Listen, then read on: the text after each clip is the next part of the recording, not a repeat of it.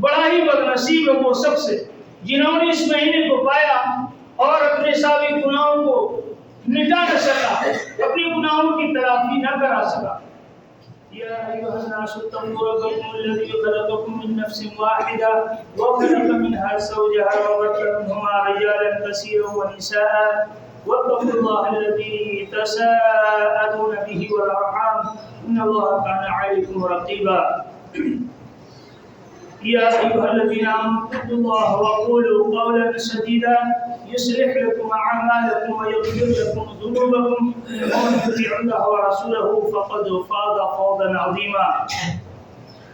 أما بعد فإن خير الحديث كتاب الله وخير الهدي هدي محمد صلى الله عليه وسلم وشر الأمور محدثاتها وكل محدثة بدعة وكل بدعة ضلالة وكل ضلالة في النار۔ وقال الله عز وجل أعوذ بالله من الشيطان الرجيم بسم الله الرحمن الرحيم إن الذين آمنوا وعملوا الصالحات كانت لهم جنات الفردوس نزلا۔ وقال النبي صلى الله عليه وسلم من صام رمضان إيمانا واحتسابا غفر له ما تقدم من ذنبه ومن قام ليلة القدر إيمانا واحتسابا غفر له ما تقدم من ذنبه۔ رب اشرح لي صدري ويسر لي أمري واحلل عقدة من لساني يفقهوا قولي رب زدني علما سبحانك لا علم لنا إلا ما علمتنا إنك أنت العليم الحكيم۔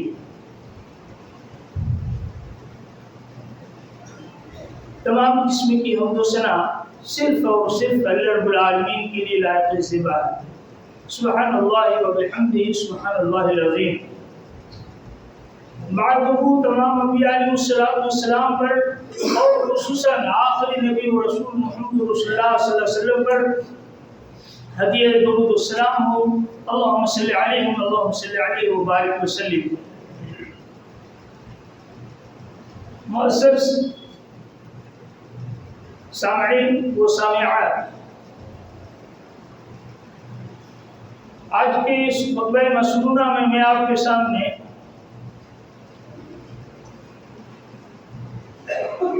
ایک مختصر سی آیت کریمہ سورہ کہف سے میں نے پڑھی ہے انشاءاللہ العزیز۔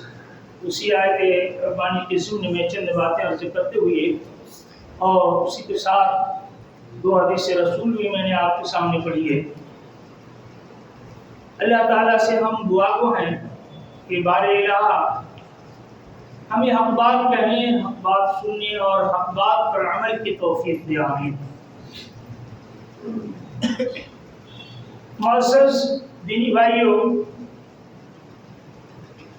ہم آپ اس ماہ مبارک میں سایہ فغن ہیں۔ یہ وہ مبارک مہینہ چل رہا ہے کہ خوش نصیب انسان اپنے پچھلے ماضی کے گناہوں کو یاد کرتے ہوئے، محاسبہ کرتے ہوئے، اپنی گناہوں اور غلطیوں کو یاد کرتے ہوئے وہ بخشش اور تلافی کے میدان میں وہ جٹ جاتے ہیں، گن گن کر کے اپنے اوقات کی اور اپنے وقت کی بے انتہا قدر و قیمت بجا لاتے ہیں اور اپنے رب سے جڑ کر کے اپنے تمام تر گناہوں کو مٹا لیتے ہیں۔ اور ہم آپ میں بہت سارے ایسے بدنصیب ہیں جنہوں نے اس ماہ مبارک کو پایا اور اس کی قدر و منزلت کو نہ پہچان سکا، اور نبی علیہ السلام جو اس فرمان اور اس بددعا کے مستحق ہو کر کے اس ماہ مبارک کو یوں ہی ٹال مٹول کر کے گزار دیا۔ بڑا ہی بدنصیب ہے وہ شخص جنہوں نے اس مہینے کو پایا اور اپنے سابق گناہوں کو مٹا نہ سکا، اپنے گناہوں کی تلافی نہ کرا سکا۔ یہ نبی کی بددعا کا ایک مفہوم ہے۔ اس لیے میرے دینی بھائیوں، جو کچھ بھی یہ 15-16 ایام جو گزر رہے ہیں، اس کے بقایا حصہ جو بھی بچے ہیں ہم آپ محاسبہ کریں. ایمان تو لا چکے ہیں اور نبی علیہ السلام کی صحیح حدیث میں بھی اسی بات کا تذکرہ ہے. ایمان و احتساب، ایمان کے تقاضے کی بنیاد پر اور احتساب کے تقاضے کی بنیاد پر. ایمان ہے کیا؟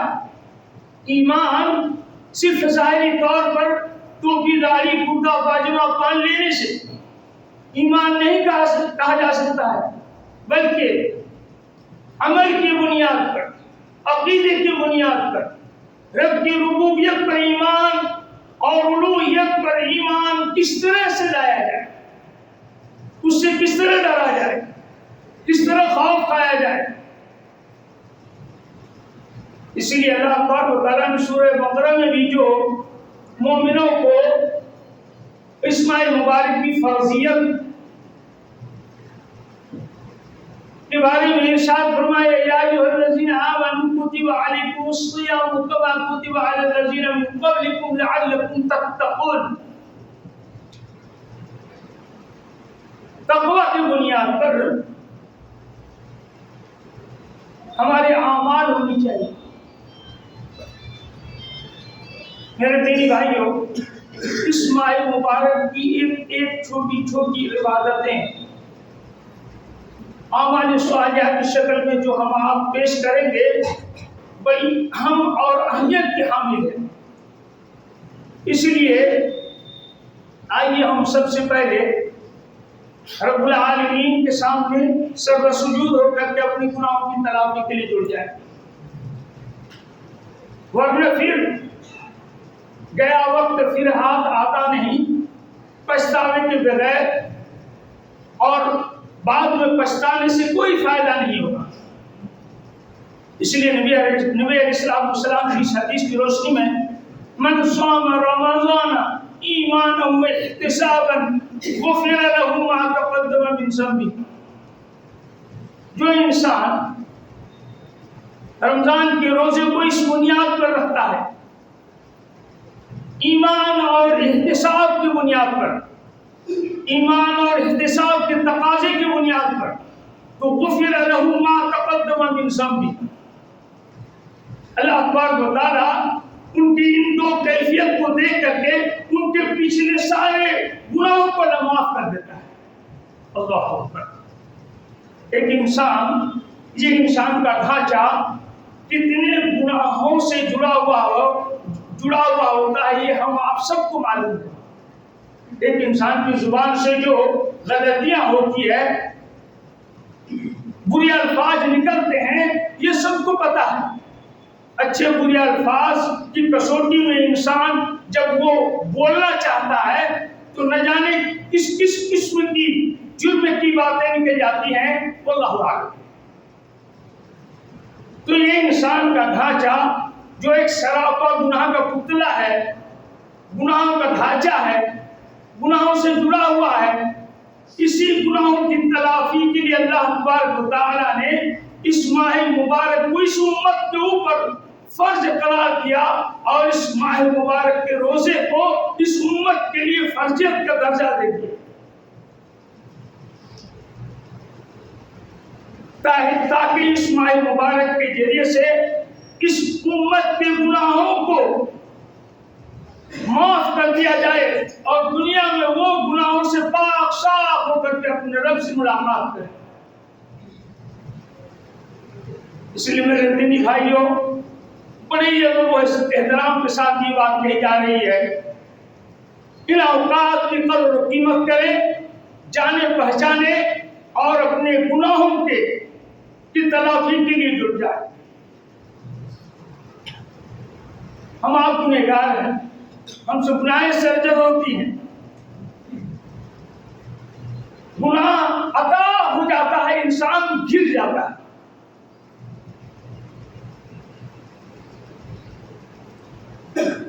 اسی لیے نبی علیہ السلام کی دوسری حدیث میں نے پڑھی ہے، وَمَنْ قَامَ لَيْلَةَ الْقَدْرِ إِيمَانًا وَاحْتِسَابًا غُفِرَ لَهُ مَا تَقَدَّمَ مِنْ ذَنبِهِ. جو کوئی اسی ماہ مبارک کے آخری عشرے میں آخری 10 دنوں میں اللہ تبارک و تعالیٰ نے ایک ایسی رات کو چنا جو لیلۃ القدر کے نام سے منتخب کیا. اِنَّا أَنزَلْنَاهُ فِي لَيْلَةِ الْقَدْرِ وَمَا أَدْرَاكَ مَا لَيْلَةُ الْقَدْرِ لَيْلَةُ الْقَدْرِ خَيْرٌ مِّنَ أَلْفِ شَهْرٍ. 1000 مہینے کی عبادت سے بہتر ایک رات کی عبادت کو چنا گیا. ہم آپ کتنے خوش نصیب ہوں گے ان اوقات کو جانے پہچانے اور ان کی قدر و منزلت کو بجا آوری کر کے ہم اپنے گناہوں کی تلافی کرائیں. میرے دینی بھائیوں، اس ماہ مبارک میں اگر ہم نے توجہ دی تو یقیناً ہمارے پچھلے گناہوں کی تلافی میں کوئی کسر باقی نہیں رہے گی. اللہ بڑا غفور و غفار ہے، بڑا رحیم و رحمان ہے. وہ ہم آپ کے گناہوں کی تلافی کے لیے وہ درگزر ہمارے گناہوں کو معاف کر سکتا ہے، اس میں کوئی شک و شبہ نہیں. اس ماہ مبارک میں ہم بار بار اپنے گناہوں کو یاد کرتے ہوئے اور پھر اپنے رب سے جڑ کر کے اس سے آس اور امید کے ساتھ ہم معافی کا دامن پھیلائیں. یقین اللہ تبارک و تعالیٰ غفور و غفار ہے، وہ ہماری اور آپ کی گناہوں کو معاف کر دے گا.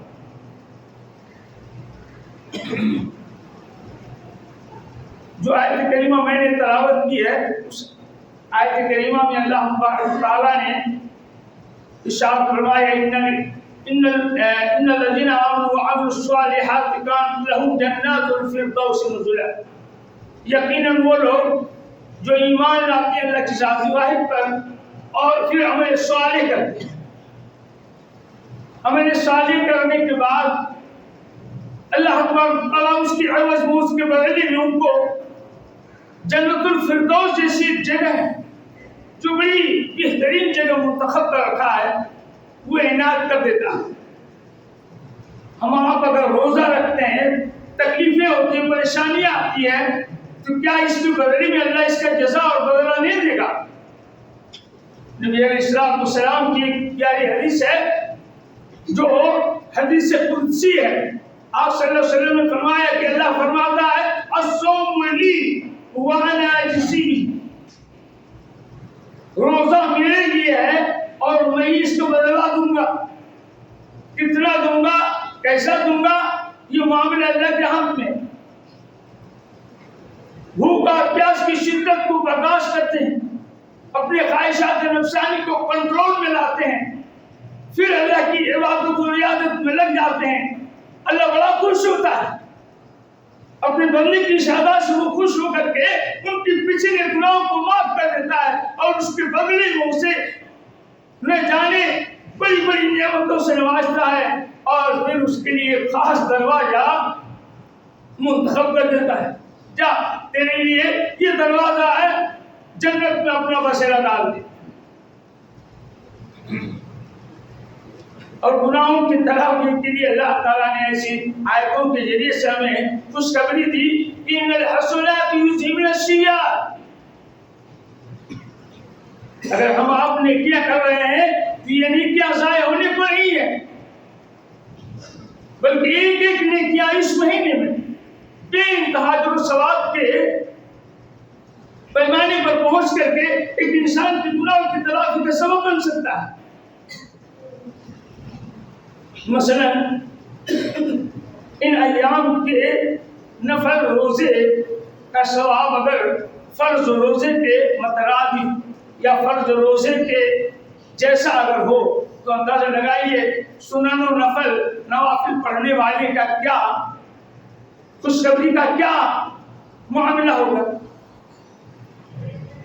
اس وقت کے روزے کی حالت میں سبحان اللہ الحمدللہ اور قرآن کی تلاوت بے انتہا جو ثواب کے آپ مالک ہو جائیں.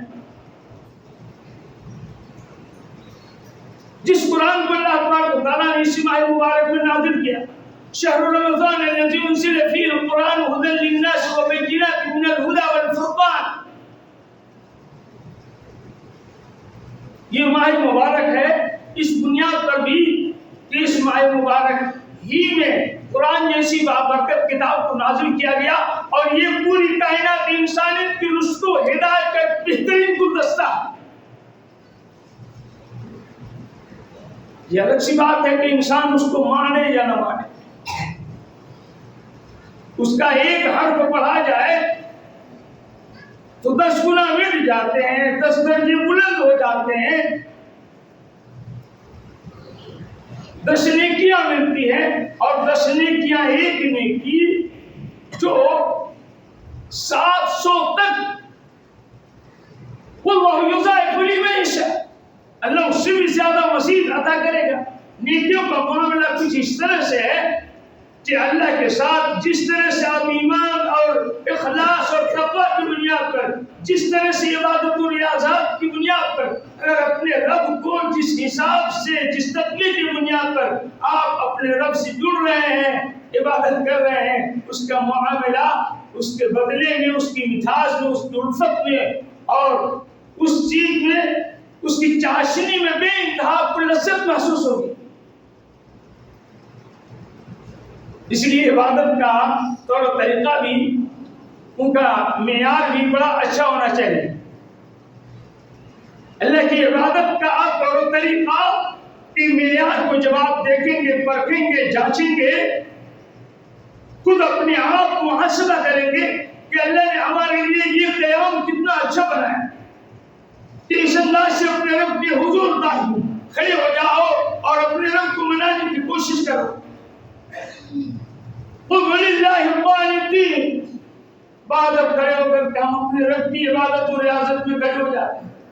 یہ قیام صرف اور صرف اللہ کے لیے جائز ہے. یہ ادب و احترام کا پاس و لحاظ کسی غیر اللہ کے لیے جائز نہیں ہے. وَارْكَعُوا مَعَ الرَّاكِعِينَ, یہ رکوع بڑی عجیب و غریب, یہ رکوع, یہ جھکنا, اس انداز کو نبی پاک صلی اللہ علیہ وسلم نے کس انداز سے ہمیں تعلیم دی. سبحان ربی العظیم, سبحان ربی العظیم, سبحان قدوس رب الملائکۃ والروح. انداز بیان کیا, یہ رکوع, سجود, یہ قیام و قعود, یہ سجدہ, واسجدوا للہ الذی خلقہن لا تسجدوا للشمس ولا للقمر واسجدوا للہ الذی خلقہن.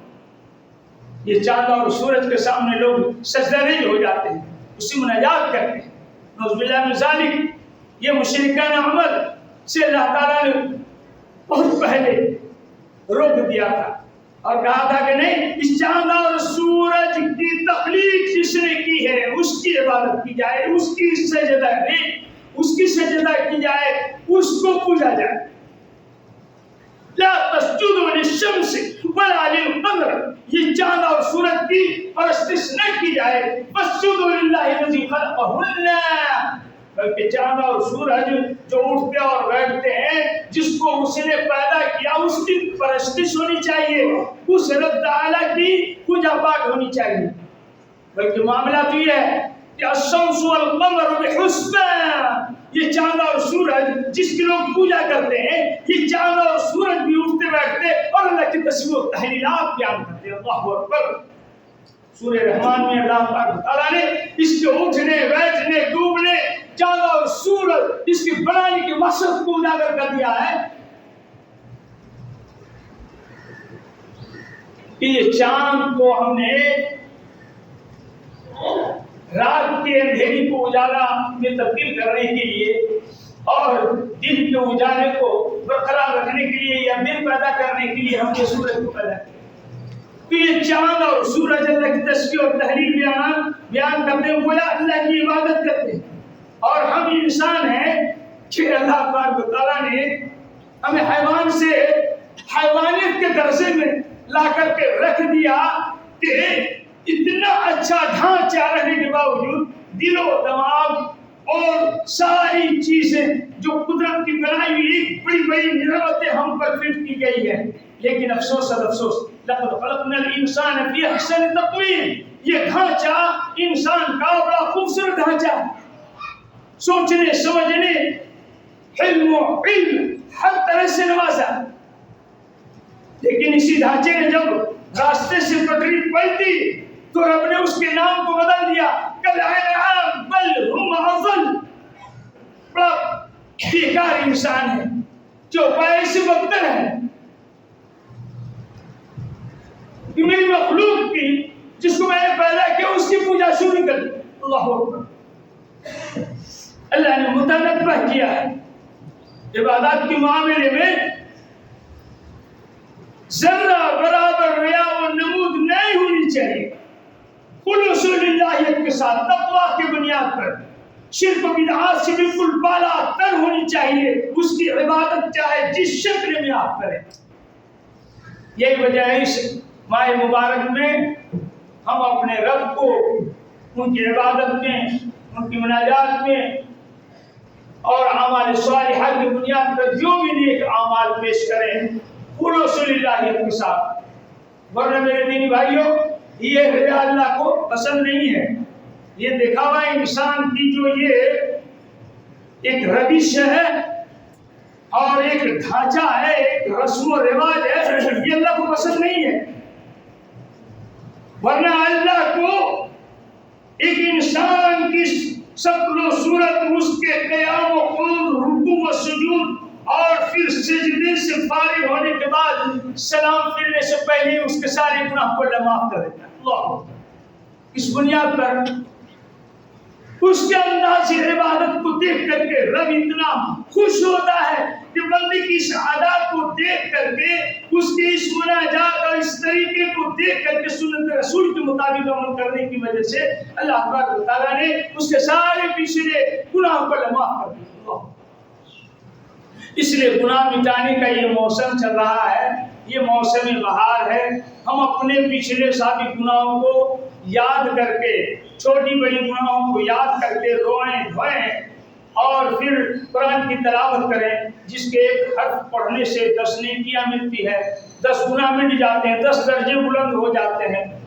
دوسری کسی اور کتاب میں یہ درجے آپ کو نہیں ملیں گے. یہ رب تعالیٰ کی جو منزل من اللہ کی جانب سے یہ اسی ماہ مبارک میں اور شب قدر کی رات میں ہمیں عنایت کی گئی ہے. میرے دینی بھائیوں، یہ بڑا بہترین تحفہ ہے پوری کائناتی انسانیت کے لیے، ہم اپنی گناہوں کی تلافی کے لیے. اسی طرح سے جہنم سے بچنے کا ایک ڈھال جو قرآن عزیز، قرآن مجید ہمارے لیے بنے گا، اس ناحیہ اور نیت کے ذریعے سے بھی ہم اللہ کے کلام کو تلاوت کریں، صبح شام پڑھیں اور پھر رب تعالیٰ سے ہم اپنی گناہوں کی تلافی کے لیے جڑ جائیں. میرے دینی بھائیوں، میں بار بار خصوصاً اپنے نوجوان دینی بھائیوں سے بڑی ادب و احترام کے ساتھ گزارش کر رہا ہوں کہ ہم آپ نے بہت ساری گناہیں کر رکھی ہے، بہت ساری گناہیں کر رکھی ہے، اپنی زبان کے ذریعے سے، اپنے ہاتھ پیر کے ذریعے سے. سب کو معلوم ہے العینان تزنیان وزناهما النظر والیدان تزنیان وزناهما البطش والرجلان تزنیان وزناهما المشي والنفس تتمنى وتشتهي. بڑی لمبی حدیث آپ نے ارشاد فرمایا یہ انسان کی دونوں آنکھیں زنا کرتی ہے، دونوں ہاتھ یہ پکڑ رکڑ غیر محرم یا غیر جگہ میں استعمال کر کے دونوں ہاتھوں کو گناہوں سے لپ لپ کر کے زنا کراتا ہے، دونوں پیر گناہ کر کے آتے ہیں، اور پھر یہ ان کا دل جو ہے نفس سے امارہ، نفس لوامہ، یہ آپ کو معلوم ہے دل کے خواہشات ابھرتے ہیں، یہ برے خیالات آتے ہیں. تو اس طرح انسان کی یہ کیفیت ہے. اللہ تعالیٰ نے دونوں راستے بتا دیے. وَهَدَيْنَاهُ النَّجْدَيْنِ، ہم نے دونوں راستے اللہ تعالیٰ نے ہمارے لیے کھول کے بیان کر دیا. یہ اچھے راستے، یہ برے راستے. اچھے کا نتیجہ اور جزا اور سزا، اس کا بدلہ بڑا اچھا ہے، یعنی جنت ہے، اور برا کا نتیجہ اور اس کا بدلہ، اس کا بڑا بھیانک بدلہ ہے اور وہ ہے جہنم. اس لیے اس ماہ مبارک میں جہنم کے دروازے کو بند کر دیا گیا اور جنت کے دروازے کو کھول دیا گیا، تاکہ یہ جنتی مخلوق جس کے لیے جنت بنایا گیا ہے وہ اپنے راستے کو ہموار کر سکے، جہنم سے وہ دوری بنائے رہے. اور اس ماہ مبارک میں بھی اگر ہم جہنم کے راستے کو اختیار کریں، نعوذ باللہ من ذالک، اللہم احفظنا، تو ہم آپ سے بدتر اور برا مخلوق، برا انسان، دنیا میں اور کوئی نہیں ہوگا جو نبی علیہ السلام کی اس بد دعا کے مستحق ہم آپ ہوں گے. اللہم احفظنا. اللہ تعالیٰ سے ہم دعا کریں, بار بار دعا کریں. میرے دینی بھائیوں, اللہ بڑا غفور و غفار ہے, معاف کرنے والی ذات ہے, وہ بڑا دیالو اور رحیم اور رحمان ہے. وہ ضرور ہماری اور آپ کی سارے حالات سے بخوبی واقف ہے. وہ علیم ہے, وہ خبیر ہے, وہ علیم بذات الصدور ہے. وہ دیکھ رہا ہے, جان رہا ہے بندہ میرے طرف کس انداز میں وہ پلٹ رہا ہے. لہٰذا وہ ہماری کیفیات کو دیکھتے ہوئے, وہ ہمارے حالات کو دیکھتے ہوئے, وہ ہماری گناہوں کی تلافی کے لیے وہ معاف کرنے کے لیے وہ تیار ہے. وہ بخشش کرنے والا غفور و غفار ہے, وہ ضرور ہمارے اور آپ کی گناہوں کی تلافی کرے. اس لیے میرے دینی بھائیوں, ہم صبح و شام اللہ کے تذکر و تحلیات بیان کرتے رہیں, استغفار پڑھتے رہیں. استغفر اللہ الذی لا الہ الا هو الحی القیوم واتوب الیہ. اللهم انت ربی لا الہ الا انت خلقتنی وانا عبدک وانا علی عہدک ووعدک ما استطعت.